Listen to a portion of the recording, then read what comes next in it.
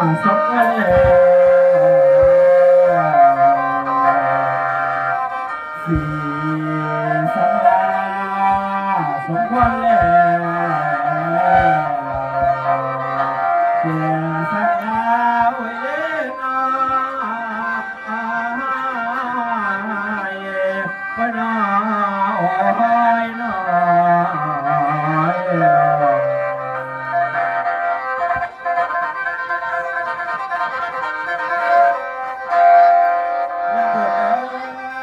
ยบุญพลาเขาท่านสั่งสั่งว่าเป็นหนทางเพราะพยายให้เที่ยวใจสั่งนิบาตมาเล่นเห็นสั่งนิมิตมาเล่นโตพระไปเล่นบางสายจะรอนางน้อย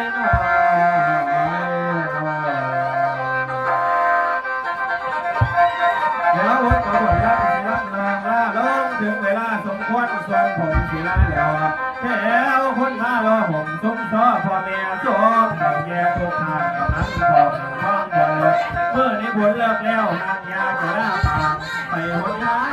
งไปอันส่วนไปเข้าเหตุคงที่หนีไปรับลงแล้วยางลาเดี๋ยวฝังกองกงกับส้มแห่งเข้าเกียพอรับเป็นพวกไอเวทีเคยอยู่ดีเด้อคนผู้พักหลังคาร้านผู้จัดเจ้าผู้บ้านจะย่าทานขอให้พบโยสาสบายบ้านก็ช่วยขอให้บนสังโยถึงโซลังสวรรค์ไปคือกันเนื้อนายโยสบายดอกไม้เอาทั้งผู้สาวผู้เฒ่าสาวงามไม่ไปโยผมก็ลาจากแล้วเดินทางอยู่เดินเมื่อเพื่อใจดีกล่องเงาบ่อยากหา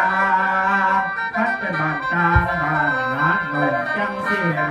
พันที่เที่ยวมาเล่นกินน้อยอยากพันชาพันที่กินว่ากินไว้พันชาไปพันกินผ่าพันชาไป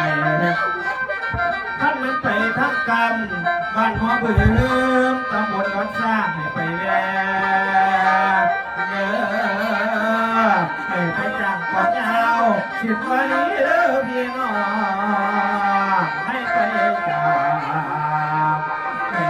น้องเอ๋มาน้องเบียนมาน้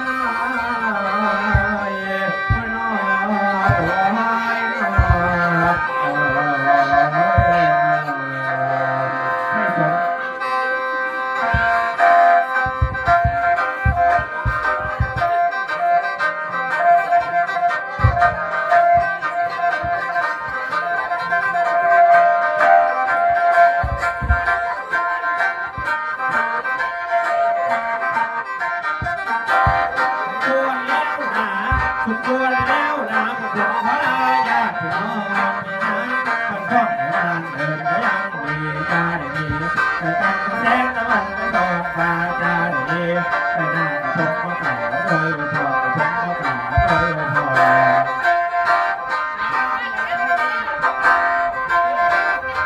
ทุกท่านที่มาในงานทุกท่านที่มาในงานมาชาแบบบ้านเยี่ยมอย่างใสพวกเรานั้นอยู่ทางไกลพวกเรานั้นอยู่ทางไกลแต่ว่าทั้งใจชาไม่ถึงออกมาได้แล้วพี่นะครับเก่งออกมาได้แล้วพี่